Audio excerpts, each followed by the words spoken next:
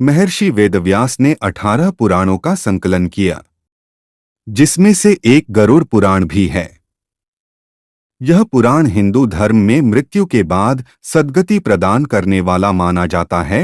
हिंदू धर्म के कई प्रमुख ग्रंथों व शास्त्र हैं, जिनमें से एक गरुड़ पुराण को महापुराण कहा जाता है। गरुड़ पुराण में मनुष्य के जीवन, मृत्यु, पाप पुण्य व धर्म के बारे में विस्तार से वर्णन मिलता है।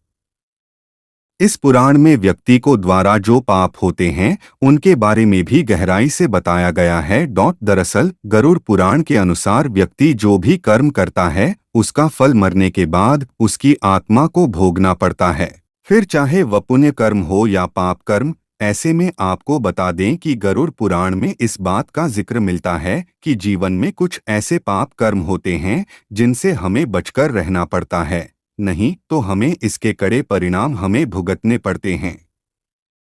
ये हमारी आत्मा के लिए भी अत्यधिक हानिकारक बताए गए हैं। तो आइए जानते हैं भगवताचार्य पंडित राघवेंद्र शास्त्री से गरुड़ पुराण के अनुसार कौन कौन से हैं वो पाप कर्म जिन्हें करने से हमें बचकर रहना चाहिए। गरुड़ पुराण के अनुसार ब्राह्मण हत्या का पाप सबसे बड़ा पाप माना गया है।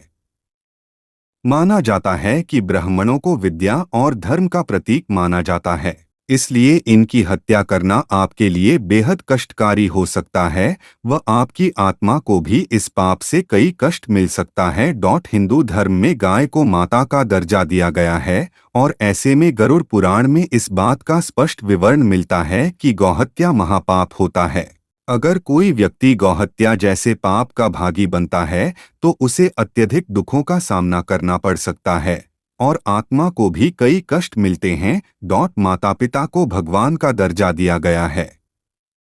ऐसे में अगर हम अपने माता पिता का अपमान करते हैं या फिर उनकी बातों की अवहेलना करते हैं तो इससे बहुत बड़ा पाप माना जाता है।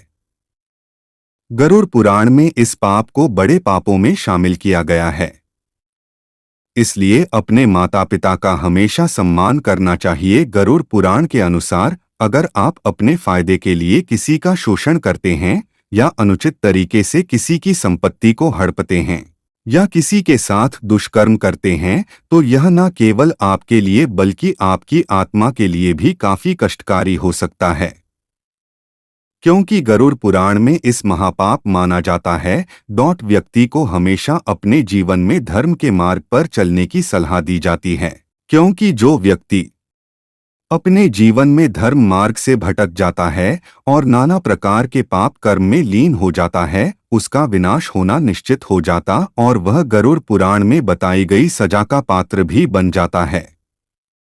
इसलिए हमेशा धर्म के मार्ग पर चलना चाहिए।